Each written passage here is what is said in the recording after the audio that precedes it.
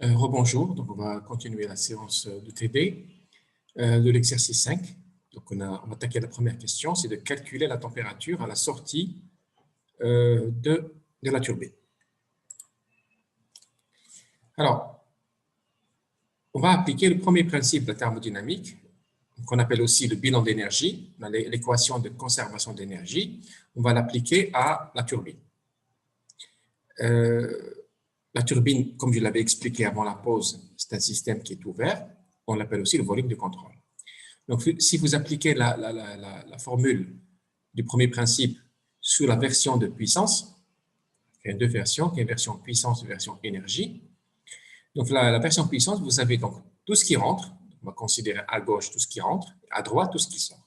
Alors, ce qui rentre, je rappelle ici c'est le point 1, d'accord, et ce qui sort, c'est le point 2. Donc, le débit massique fait le point 1 fois l'enthalpie spécifique H1 plus l'énergie cinétique V1 au carré sur 2 plus GZ1, l'énergie potentielle, plus la chaleur échangée entre la turbine et le milieu extérieur est égal à le débit massique à la sortie, donc 1.2, fois H2 plus l'énergie cinétique à la sortie, plus l'énergie potentielle à la sortie, plus la puissance mécanique produite ou consommée. Alors, une chose très importante, c'est que si j'applique le bilan de masse, c'est l'équation de conservation de la masse, le bilan massique au régime permanent, le débit massique est constant. Et donc, entre le point 1 et le point 2, on dit un point 1, un point est toujours le même, entre 1 et 2. Donc, en particulier, vous avez un point 1 égal à un point 2. On va l'appeler un point, d'accord? Donc, deuxième chose, c'est que je simplifie mon équation. Comme vous négligez les énergies cinétiques, le texte, regardez bien. On suppose que les énergies cinétiques sont négligeables, sauf à la sortie de la tuyère, sauf le point 3. Parce que la vitesse ici est très élevée.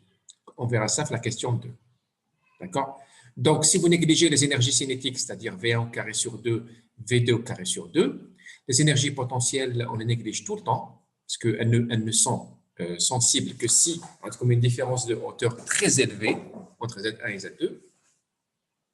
Le cas le plus général, c'est que vous avez toujours les énergies potentielles qui sont négligées. Donc, GZ1 et GZ2 sont négligés.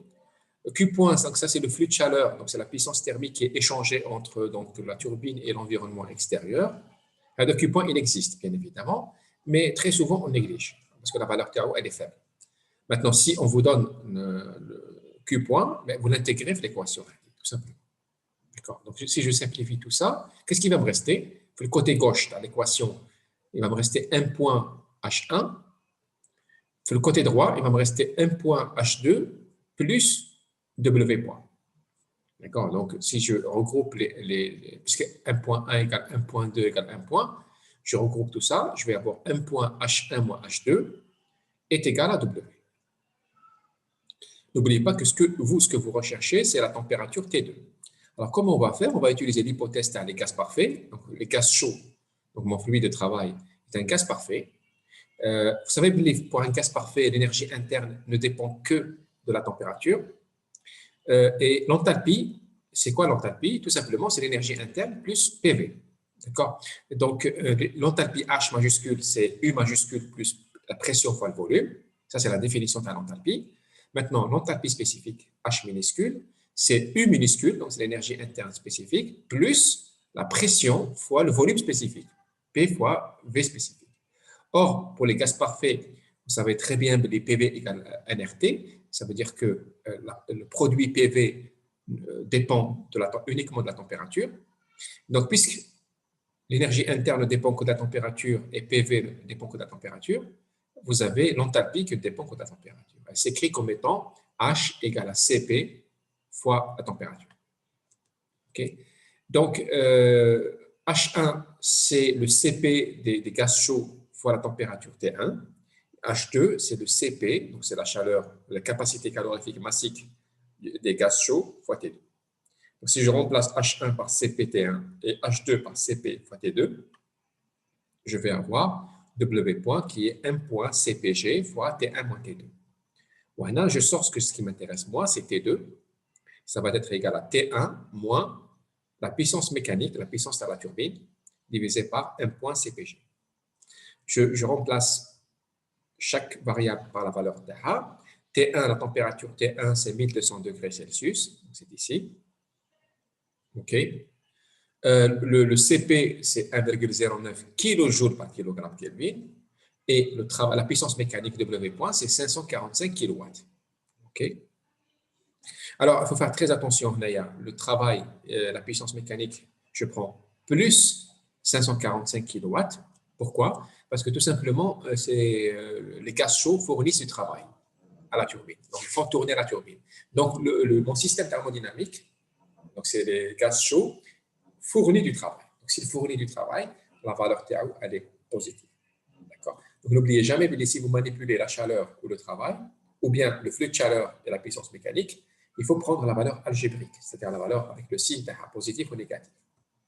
D'accord? Donc, j'ai 1200 moins, la puissance mécanique, c'est plus 545 kW, divisé par le débit massique des gaz chauds, c'est 1 kg par seconde, on le précise ici. OK? Et le CP des gaz chauds, c'est 1,09, cette fois-ci en kilojoules par kilogramme Kelvin. C'est pour ça que j'ai laissé ici kilowatts, pour que le kilo se simplifie. Sinon, il faut prendre des watts ici et des joules par kilogramme Kelvin en bas. Vous faites le calcul, vous le vérifiez, vous allez trouver la température qui est de 700 degrés. D'accord? Donc, les gaz chauds qui vont rentrer dans la turbine, ils vont passer de la température T1 à 1200 degrés Celsius à la température T2 qui est de 700 degrés Celsius. OK? Maintenant, la deuxième question, je reviens ici, la deuxième question, c'est de calculer la vitesse des gaz chauds à la sortie de la tuyère. C'est-à-dire la sortie de la tuyère, c'est le point 3. On vous demande de calculer V3. OK? Donc, kiff, on va faire la même chose. On va appliquer le premier principe de la thermodynamique à la tuyère, puis après, on va simplifier. Voilà, vous avez le premier principe, la thermodynamique appliquée à la tuyère. La tuyère est un système ouvert, c'est un volume de contrôle. Donc, je vais écrire, donc, à l'entrée, c'est le point 2. D'accord? Je rappelle ici, l'entrée à la tuyère, c'est le point 2. Et la sortie à la tuyère, c'est le point 3. OK?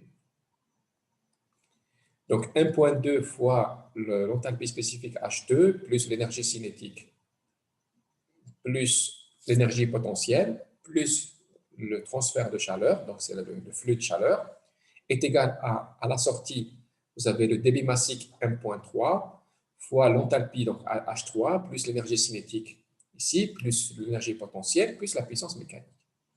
Alors, on commence les simplifications.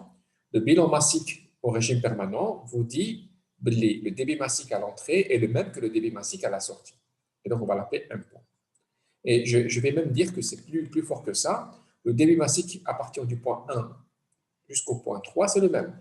Parce qu'il n'y a pas d'autre sortie. Vous avez une entrée, une sortie.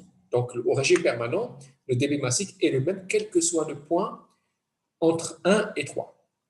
D'accord? Donc, on va l'appeler 1 point, qui est égal à 1,1, égal à 1,2, égal à 1,3. Ça, c'est le bilan massique. D'autre part, vous négligez les énergies cinétiques sauf à la sortie de la tuyère. La sortie de la tuyère, c'est le point 3. Donc, je vais négliger l'énergie cinétique, le point 2, donc V2 au carré sur 2, c'est nul. Par contre, je vais laisser l'énergie cinétique à la sortie de la tuyère.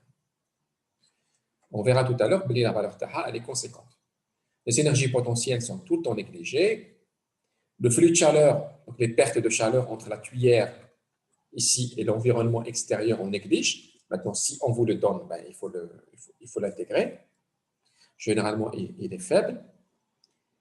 Et la puissance mécanique, il n'y a pas de travail. Il n'y a pas de travail au niveau de la tuyère. C'est-à-dire que les seuls composants, pratiquement, où il y a du travail, une puissance mécanique, je l'avais expliqué donc, jeudi dernier, c'est le compresseur, la pompe et la turbine. OK? Donc, en dehors de ces équipements, vous négligez le travail. Donc, vous avez ici 1 point H2 est égal à 1 point H3 plus 1 point V3 au carré sur 2. Voilà. Donc, je vais simplifier par 1 point, je vais obtenir H2 égale à H3 plus V3 au carré sur 2. Maintenant, je veux calculer V3. Donc, V3, ça va être la racine carrée de 2 fois H2 moins H3. Et là, j'ai besoin d'expliciter H2 et H3. Donc, je vais utiliser l'hypothèse d'un gaz parfait. L'enthalpie ne dépend que de la température. Et s'écrit comme étant H2 égale à Cp des gaz chauds fois T2, H3 égale à Cp fois T3. Je vais remplacer H2 et H3 et je vais obtenir V3, c'est la racine carrée de 2 fois CpG fois T2 moins T3. Alors, l'application numérique, vous avez le CpG, donc c'est 1,090 kJ par kilogramme Kelvin que je convertis en joules. Je suis obligé de le convertir en joules pour obtenir des mètres par seconde ici. Et fois l'écart de température entre le point 2 et le point 3. Le point 3, c'est donné, donc c'est ici, c'est 535 degrés Celsius. Et le point 2, c'est ce qu'on a calculé pour la question 1, c'est 700 degrés. D'accord? Donc, V3, c'est 598 mètres par seconde. Il faut faire très attention aux unités pour que le résultat soit juste. Okay? Si vous avez le moindre doute, il faut tout transformer en système international, en unité SI, c'est-à-dire que le joule, le Kelvin, mètre par seconde, etc., etc. Donc, vous voyez la vitesse à la sortie de la tuyère, ici. D'accord? C'est l'objectif même de la tuyère, c'est d'accélérer donc l'écoulement, d'augmenter sa vitesse. Et donc, vous avez une vitesse de 600 mètres par seconde, ce qui est énorme. D'accord? OK, donc, puisque la vitesse ici, elle est très importante, on ne peut plus négliger l'énergie cinétique donc due à cette vitesse-là, à la sortie de la tuyère. Donc, la négliger serait une erreur. Tandis que la négliger ailleurs, c'est une bonne hypothèse.